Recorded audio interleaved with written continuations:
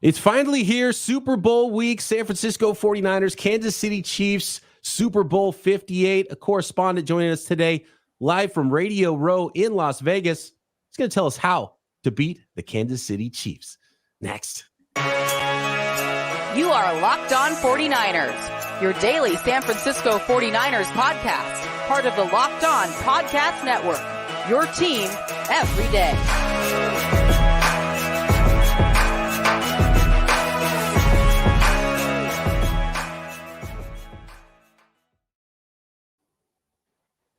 Welcome to Locked On 49ers. Brian Peacock and Eric Crocker with you. Special guest Q Myers, your boy Q from Locked On Raiders, ESPN Radio Las Vegas. He is live at Radio Row in Las Vegas to give us the vibes there and tell us how to beat the Kansas City Chiefs, because his Las Vegas Raiders are the last team to do it. I do want to thank all the everydayers out there. Appreciate everybody that tunes into Locked On 49ers, your team every day. Subscribe up on YouTube and everywhere you get your podcast. Today's episode of Locked On 49ers is brought to you by FanDuel. Make every moment more. Right now, new customers get $200 in bonus bets if your first bet of $5 or more wins. Visit FanDuel.com/LockedOn to get started. Q, how you doing, my man? Thanks for joining us today. Looking forward to your insight. And I can see Radio Row getting a little bit busier there on this Monday, this Super Bowl Monday. Yeah, it is. And I've been to many of these and being on Radio Row, and this is the busiest Monday I've been to. And, usually it ramps up throughout the course of the week, but I'm expecting this week to just be crazy with so many different people here. There's a lot here already. So, yeah, it's been a busy morning. Glad to be with you guys. A lot of star power already, or did they wait till midweek? You got to be. Yeah, usually Tuesday afternoon, Wednesday is when the stars really start to roll out. But you've got the regulars that are rolling in already. We've already seen like Frank Caliendo, Sal Powell's been around, Brian Baldinger's been around. The usual suspects are here early, but it's just a lot of the usual suspects, more as opposed to what it usually is. Was it disrespectful, Q, that the Raiders locker room was painted with Kansas City Chiefs colors and language? Man, this whole Super Bowl is a no-win situation, right? Raider Nation is sick to their stomach just because you cannot win. I mean, the 49ers are practicing and they're going to be at the UNLV facilities. That's one thing. But the Chiefs are literally the home team. They're going to be in the Raiders locker room. They are in the Raiders locker room. They're at the Raiders practice facility. So, you got a hated division rival, and you look out the window if you're Mark Davis and you see Pat Mahomes and Andy Reid on the practice field in your building, your beautiful building. Like, that's got to be kind of a slap in the face. And so Raider Nation is sick to their stomach that one of these two teams, obviously people with Bay Area roots like myself know all about the Raiders and Niners rivalry. One of these two teams, either the Niners or the Chiefs, are going to win a Super Bowl in their building. All right, we got to talk about this matchup. 49ers, Chiefs, and obviously the last team to beat the Kansas City Chiefs was your Las Vegas Raiders, Q. So how did that happen? You see this team twice a year. How do you beat the Kansas City Chiefs? Well, the Raiders on Christmas morning when they won that game against Kansas City, there was 2 defensive touchdowns, right? So that already lets you know that's not something that happens all the time. But the principles are still there. And I think that the 49ers clearly have a strong defense so they can make plays. And the Chiefs this year have put themselves in position where opposing teams can make plays. And that's what the Raiders did. They were able to pick up a touchdown, had the big defensive tackle score, and then they had Jack Jones take one to the house as well and talk a little dirt to Pat Mahomes on his way to the end zone. But, they'll put the ball in harm's way, and I think that the Chiefs have gotten better at protecting the ball as the season's gone along since that game on Christmas, but they still there's still opportunities, I should say, for the defense to make plays. And the one thing I know from the 49ers from when they were here in Vegas for the preseason and they were practicing at the Raiders facility, I saw the way, and I really respected it. I saw the way that they practiced and the fact that they were practicing the tip drill so much at the beginning of practice. Like, that was something. And look, I'm at Raider practices all the time. I don't see that. So to me, that was like, okay, no wonder that anytime the ball is tipped, they find a way to get it. It's natural. It's not something that they're all of a sudden trying to go do. They do it in practice all the time. So I think that there's a good opportunity for the 49ers to make a play or two in this game that could end up changing the momentum of the game or the outcome in general. I get asked a lot about the 49ers and who do they stop, who do they try to slow down. I think a lot of what Kansas City wants to do kind of starts with Travis Kelce from the passing standpoint. I know they've been running a lot more with Pacheco as of late, but when it comes to Kelce in the game that the Raiders won most previously, they held him to under 50 yards in that game, as opposed to the first game where he had almost 100. So what did you see the difference between those two games and how the Raiders maybe approached having to cover a guy like Travis Kelce? They just had to have attention to detail. That's what it was all about. It was really focusing in on him. And he's a guy that the Raiders and their defense have focused in on him every single time they play.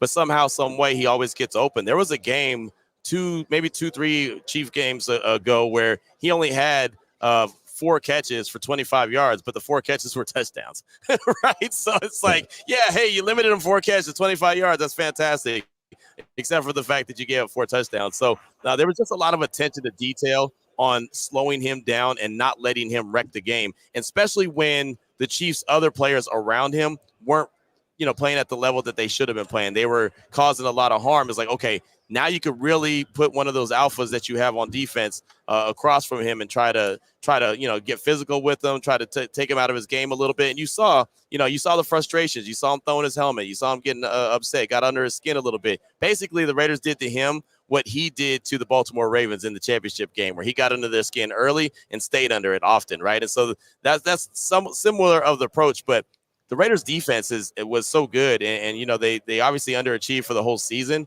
but what they were able to do in the games they were able to win was based off the strength of their defense, and they were the leaders of this team. And so that's what it's really all got to be about. If you're going to go in there and you're going to try to take Mahomes down, you've got to really rely on your defense. Yeah, and playoff Pat's an even different level of guy. And you think you've got him covered up, you think you've got him corralled in the pocket. He finds a way to make a play. So that's so difficult, and you got to play 60 minutes. The 49ers were here 4 years ago, and they thought they had him for 3 quarters of that game. And he always finds a way to make a play. And then on the other side of the ball, I mean, as good as Patrick Mahomes and Travis Kelce are, the defense has really led that Kansas City Chiefs team this year. Zero opponents have scored 30 points on them this year. Right, exactly. Those secondaries, man, they are dangerous. They are a tough out. What's up, bro? They are a tough out for sure. They are not one that's going to allow you to get too many catches. Right. I mean, you've seen how thirsty and hungry Snead is. And you saw what Zay Flowers did. Gets a big catch on him and talks a little noise, gets that penalty. Then Snead comes back with probably the play of the game, knocking that ball out of the end zone. They are just, I mean, what Steve Spagnuolo has going with that defense has been fantastic. Obviously, Chris Jones is a difference maker. He's a game wrecker. But I think that secondary is playing at such a high level that it's hard to complete passes. And that's why when the Raiders had success against them on Christmas morning, it was the ground game. The ground game is what really got it done. They didn't complete a pass. Think about this. They didn't complete a pass after the first quarter, and they still found a way to win that game. And most of it was based off the strength of the run game and the defense. So it sounds like CMC is set up to be the MVP of the Super Bowl. Gotcha. There we go. Let's go. Yes. And look, I would not doubt that at all. They win this game, I would not be shocked to hear that at all. Oh, fantastic. I can't wait. So we need a couple scores on defense. We need big ground game. Don't even need to complete a pass in the second half. 49ers got this one. They'll be hoisting the Lombardi. Oh, that's fantastic stuff. I can't wait for that one. Q, I know you're busy there at Radio Row. Appreciate some of the insight here. Do you have a prediction? Do you want to go there? Is there a good answer for Raiders fans in this game? There is no good. I've been telling Raider Nation that there is you root for nobody. There is no outcome that you want. You know something's going to happen, but there's no outcome that you want. It's a lose-lose situation. You just hope for the hurry up to get to the offseason and start putting your team together and come back the next year. Here we go. Outcome. This is how we're going to get Q. You're in Vegas right now, and I know you're always out there, but you go to the casino, you got to put $100 on one team. Which team are you putting $100 on? Oh man, put $100 on one team. Ooh, man, you can't put it on the Chiefs. You just can't. And I'm from the Bay, so you can't put it on the 49ers. I might get my Bay Area. My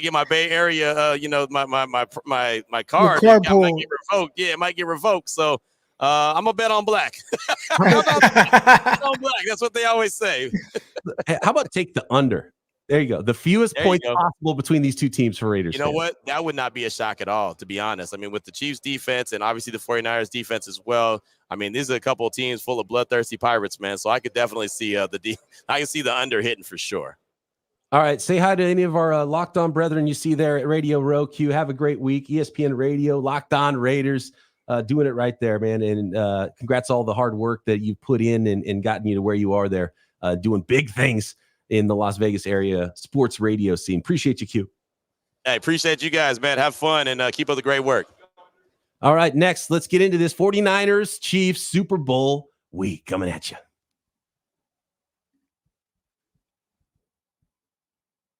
Today's episode of Locked On 49ers is brought to you by DoorDash. Pizza, wings, soda, burgers, whatever it is, you are putting together a football watch party, no doubt, for the big game this weekend. Whether it's going to the game goes to timeout, that means it's time to order DoorDash. Is it halftime? That's ordering time, right?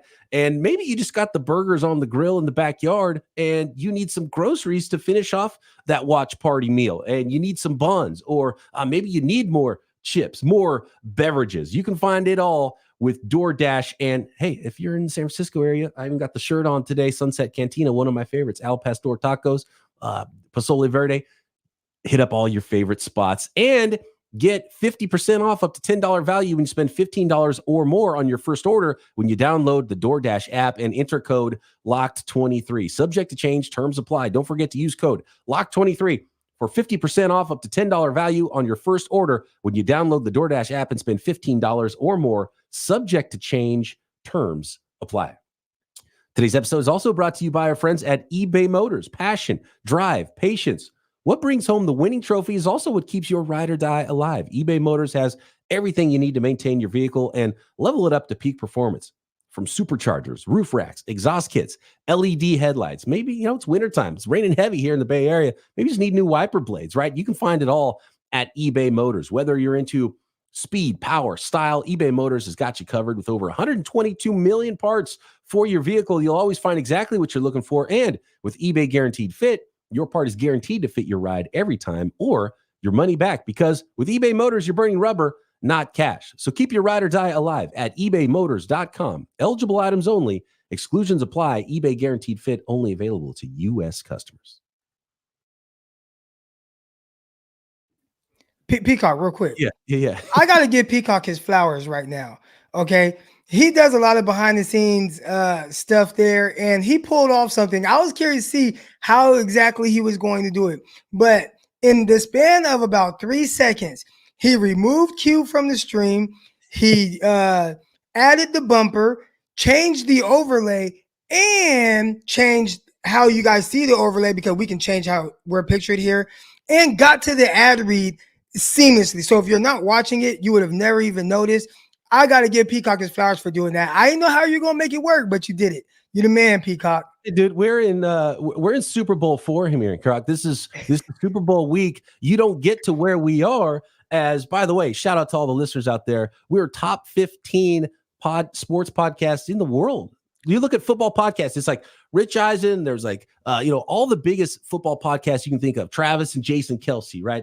And Locked On 49ers right there with all the biggest podcasts in the world getting ready for the Super Bowl. So appreciate all the listeners out there coming strong for us. And I got to do my part to make sure we give them the best program here. And it was fun just seeing a little check-in there with Q from Radio Row.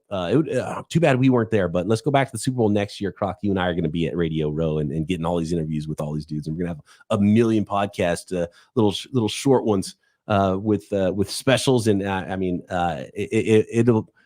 kind of having a little bit of FOMO right now, and I'm seeing the 49ers bus pull up. I went with the flipped lid. I went backwards hat like Kyle Shanahan, who was hyped up on the team bus as they were showing up from the airport to hotel with all the fans that came strong. So yeah, appreciate all the listeners, all the 49ers fans that help us do everything we do here on Locked On 49ers. This grad situation it's a little tricky, huh? What's going on here? So the 49ers are okay, hold on. Can I give my perspective? Right. Yeah. Okay. So, I was just in Las Vegas. Got back early this morning, but we took our kids to visit UNLV in LA. By the way, 49ers were hosting. 49ers are going to be here. So they kind of, took us around, took all of our 7-on-7 athletes around the facilities and everything, got out to the practice field. And they're like, hey, we just laid this grass down for the 49ers. They actually put it in over the turf in 2 days. I was curious. I don't know exactly how that works, how you put real grass over turf, but I was like, it looks sweet. Great job, guys. I didn't walk on the turf. And maybe I should have, because the 49ers just did a walkthrough on there and it's a little too squishy for them. Too squishy. Is too squishy better than too hard? I don't even know. Like, and is it necessary? I guess you don't. There's better chance for not being hurt if it's real grass and putting that over the turf. I mean, I've never heard of. Is that a normal thing that people do in the grass industry? We need some grass experts in the chat to let us know how that goes. Putting it over turf, it doesn't seem like it would take. But man, it's that's not good. Like, first of all, you don't want any injuries popping up before the Super Bowl.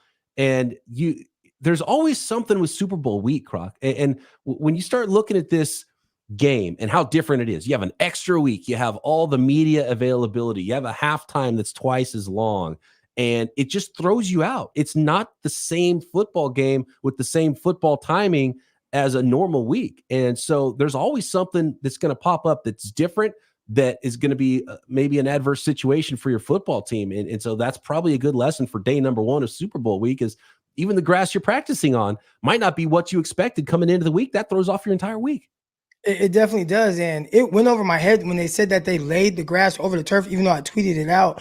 But I don't even know how that works. But as far as does it make a difference? Definitely. If that ground is now squishier, right? Like the 49ers and most people, they want firm ground that gives a little when you hit it, right? Like just normal dirt to cleat contact in grass. They're not getting that right now. I don't even know what they're getting, but I'd assume that there's maybe like this, like, you got the turf. So in general, how turf is, you got the concrete laid down or however they do it. Then you have, all the rubber, and then you have like these foam mats and then more rubber. And then they put the turf down, they put the rubber beads in there. So it gives kind of this synthetic feel to it. So you're putting turf, like regular grass, over that somehow. I still have no idea how they do that. There is a lot of from the top of that grass turf to the cement. I mean, you're talking about layers and layers and layers of stuff there. So now it's gotten a little squishy, and I wouldn't want to run routes on a squishy turf. Just giving a little bit more when you're used to something that is more firm and more stable for, your joints, your ligaments, things like that, especially with the way that you have to perform in practice. So there's a lot of people saying, 49ers are just whining, they're complaining. Like, no, this is not normal. It's not normal to have to practice on a surface like that unless it just stormed and now your field is muddy. But that ain't the situation there. The grass looked beautiful. It's just laid on top of turf. It is not ideal. Some seams apparently that you can see on the field, and a couple days usually takes longer than that to get some new turf to set. So you don't love that. Already something the 49ers have to worry about here, Super Bowl week, that could throw off their practice week a little bit. I got to imagine they're gonna play through it, soggy turf to practice on, and get that figured out and get what they need done this week in a practice setting. As pointed out in the chat, Third String All Pro says the NFL has to do something to counter Mahomes' dad's DUI. Hey, you gotta respect Pat Mahomes Sr. I saw him in the early 90s pitch for the Visalia Oaks when he was a prospect for the Minnesota Twins. He didn't last long in Visalia because he had a great arm and made it up to the big leagues. But that's another lesson in two. This is Las Vegas, right? Don't be getting arrested. Keep your head low and don't be driving anywhere. Don't be getting arrested. Like, there's a lot of weird stuff that can happen with the Super Bowl week in Las Vegas. The turf is probably the least of the concerns. And I don't think the 49ers are a roster in a locker room that's going to be getting into a lot of trouble, but don't get too turned up over there. We saw Kyle Shanahan and the bus crew being pretty hyped on the way in. That needs to be like max level hype for the 49ers this week, because this is a business trip. It's definitely a business trip. And with everything going on in Vegas, bright lights, late nights, you're easily distracted. I remember when I was a kid, gosh, what Super Bowl was this? The Packers, or was it the Falcons? And a guy got arrested for like picking up a prostitute. Eugene Robinson. Falcons, right? Yep, Falcons safety. Don't ask me why I remember that from. I was a kid when that happened. Oh, I remember that was a huge deal. Yeah. I mean, just stuff like that, right? Like just distractions to your team, to your preparation. And out in Vegas, everybody's going to be there. And when people know that the athletes are going to be there, guess who else is there? All the little Instagram thotties, they'll be running around trying to catch them a man. So a lot of distractions out there in Vegas right now. There was a more serious one too, wasn't it? Raiders, the Super Bowl wasn't in Las Vegas, but it was Raiders center. Was it Barrett Robbins? And he like bailed from the Super Bowl to Mexico and was like AWOL. Do you remember that story? That was a wild one as well. I think it was Barrett Robbins. I might be getting that name wrong. They'll fix it up for us in the chat and let us know if we got that one wrong. But man, yeah. So there's a lot that can happen Super Bowl week. You add Super Bowl week to Las Vegas, and there's no doubt some pitfalls potentially for. Super Bowl's in San Diego that year. That's why he was close to the border. Yeah, he had a mental breakdown. So that was a. Let's keep your eye on the prize. Let's make sure that that you're doing everything up to the level. 49ers getting ready. Business trip in Las Vegas. This is a business trip for the 49ers. Croc. The key word of the week has been effort so far. So let's talk effort to finish up this episode of Locked On 49ers next. Today's episode of Locked On 49ers is brought to you by FanDuel, America's #1 sports book. Super Bowl week is here, right? So happy Super Bowl to all you 49ers fans that no doubt are celebrating. And FanDuel has you covered for the Super Bowl every way possible with all the Super Bowl prop bets at America's #1 sports book. And if you're like me, Super Bowl Sunday is about scoring the best seat on the couch, grabbing your favorite football snacks, and placing some super bets. FanDuel has so many ways for you to end the season with a W or 2 or 3, and hopefully your favorite football team. Not only can you bet on who wins Super Bowl 58, but FanDuel also has bets for which players will score a touchdown, how many points will be scored, and so much more. And new customers get $200 in bonus bets if your first bet of $5 or more wins. Just visit FanDuel.com/lockedon to sign up. That's FanDuel.com/lockedon. Make every moment more with FanDuel, an official sportsbook partner of the NFL.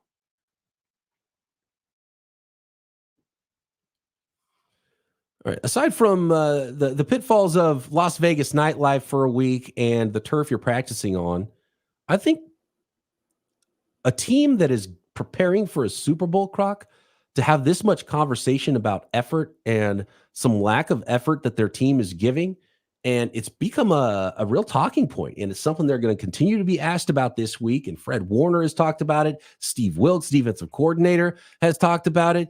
And it's a real issue, and it showed up on tape. And basically, here's what Steve Wilks had to say. He said, quote, "Collectively as a team and as a defense, it's unacceptable. We have to make sure that we play every down as if it's going to be the difference in the ball game. Those guys know that, quite honestly, it was embarrassing. And you still squeak by the Detroit Lions, but you can't throw up a first half like you did in the first 2 playoff games against the Kansas City Chiefs and expect to hoist the Lombardi and win the Super Bowl." Croc. That is odd, man, because when you talk about effort, just from every standpoint of 49ers and how they go out there and they play, that's the last thing you'd expect to see, like a lack of effort. And it definitely showed up multiple times on scoring plays where it was guys waiting on the next guy to make a tackle.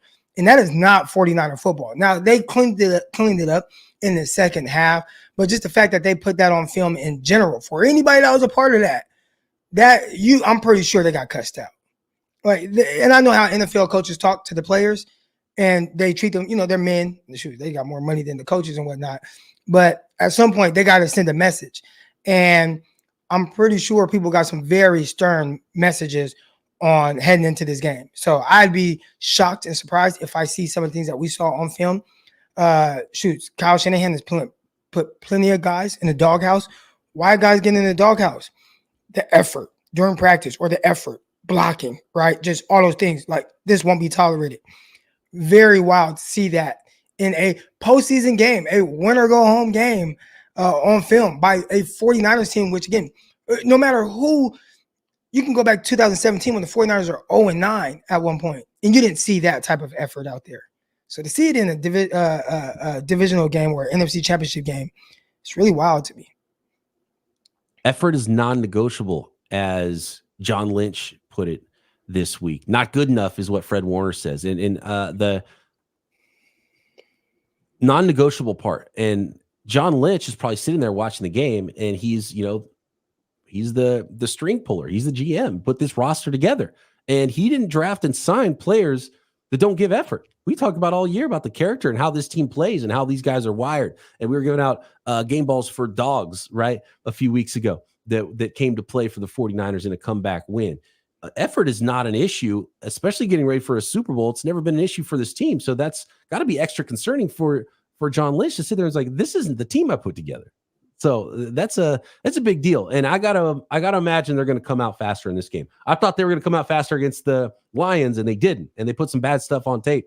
And they might have to make some changes to the starting lineup if that's the case too, Croc, because we've pointed out Chase Young a lot. I mean, Eric Armstead's played end in his career. I mean, how can you not throw 91 out there on the edge and help play contain and then bring Kinlaw in instead if that's the kind of effort you're going to get? And I know that, and I'm not just trying to say it was all on Chase Young because he wasn't the only one. But when Nick Bosa said after the Lions game that at halftime, what did they fix? They said, well, there was people that were not doing their jobs. And if someone's not doing their job and you can't trust them to give effort and be where they need to be on defense, this is the Super Bowl. Their butts need to be on the bench.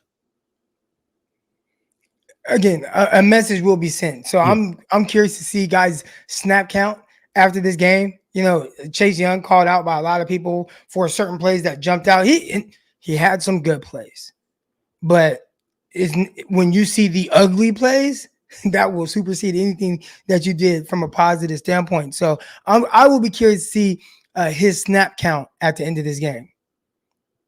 So I was in prep for Q coming on the pod. I was looking at that game, and Q obviously laid it out there with a couple of defensive touchdowns. Bilal Nichols had a fumble recovery, and Jack Jones had a 33-yard interception return for a touchdown in that game, a couple of Daniel Carlson field goals, and it was a 20-14 win for the Raiders over the Chiefs. It was week 16. It's the last time the Chiefs have lost a game this year. And then I started looking, I was like, yeah, it's a low-scoring game. And I was like, well, okay, the Ravens game last week, 17-10, is a really low-scoring game that week as well. And I started looking at the schedule for the Kansas City Chiefs. They haven't allowed a 30-point game against them all season long, and they've only scored 30 points in a game 3 times this year. Their entire schedule is low-scoring games. You think of Patrick Mahomes, and, it's a laser show, and there's going to be all kinds of points. Brock 30? If Brock Purdy and the 49ers offense puts up 30 points, they're hoisting that Lombardi. Nobody does that against the Chiefs, right? So this is going to be a hard-fought battle, and points might be difficult to come by. And if Patrick Mahomes does throw you the ball and you're the 49ers, you got to make a play. And if you're the 49ers offense, you're going to have to grind out some points against a really good defense and defensive coordinator Steve Spagnuolo, and they're good on all levels of their defense. They got Chris Jones on the D-line. Their linebackers are really good, and Q talked about their secondary, which is awesome as well. So if Brock 30 shows up, this is a 49ers victory. They got to be able to put a couple touchdowns on the board against the Kansas City Chiefs in the Super Bowl. Right before we went live, I got a comment from our guy Garland on Twitter, and he says, I think the best strategy is going to be score more points than we allow them to score. If we can do that, we have a good chance of winning the game, right? And I think for a lot of people, it's like, well, you want to score more than the other team. But to me, like, that should be more the focal point from a lot of people. Like, score as many points as possible. If you go into this game not thinking that, the defense, they're going to go out there and they're going to get all these stops and it's going to be such a great job from the defense that they're going to hold them to 14 points or 17 points. Like, no, you need to score 35 points, score 38 points. And if you can do that, like, that will win the game more than a good defensive performance. Because again, continue to go back to 2019. That defense was better than the defense we see this year, and held the Chiefs to 10 points until about 7 minutes left in the game. And all of a sudden, you look at the final score, the Chiefs have 31. Now, part of that is, can the offense get a key first down when they need to keep drives going, and now to keep the ball away from Kansas City? But to me, it will be score as many points as possible. Like, that should be the focal point. That should be. I'm not giving the defense a pass, but you need to really put an emphasis on being aggressive offensively to score as many points as you feel like the Chiefs can't compete with. Real quick, and we'll end it here, Croc. Akshay in the comments says, do they talk to the entire team or individually? So you're in a meeting room and you're not giving effort on the field and there's something that's on tape. The coach has got the clicker. He's probably playing it back 3 or 4 times. And you're getting in front of everybody, right? This is a public shaming in those cases. Yeah, so it happens both ways. One, the coaches probably already saw the film and probably had a talk with the people, because I saw somebody say it wasn't just Chase Young. It was not just Chase Young, but the multiple people who were involved with bad effort, they got a talking to. Their teammates probably talked to them about how, hey, we can't put this on film. And then when they are watching film and the coach, just like you said, he's rotating back and it's like, we can't have that.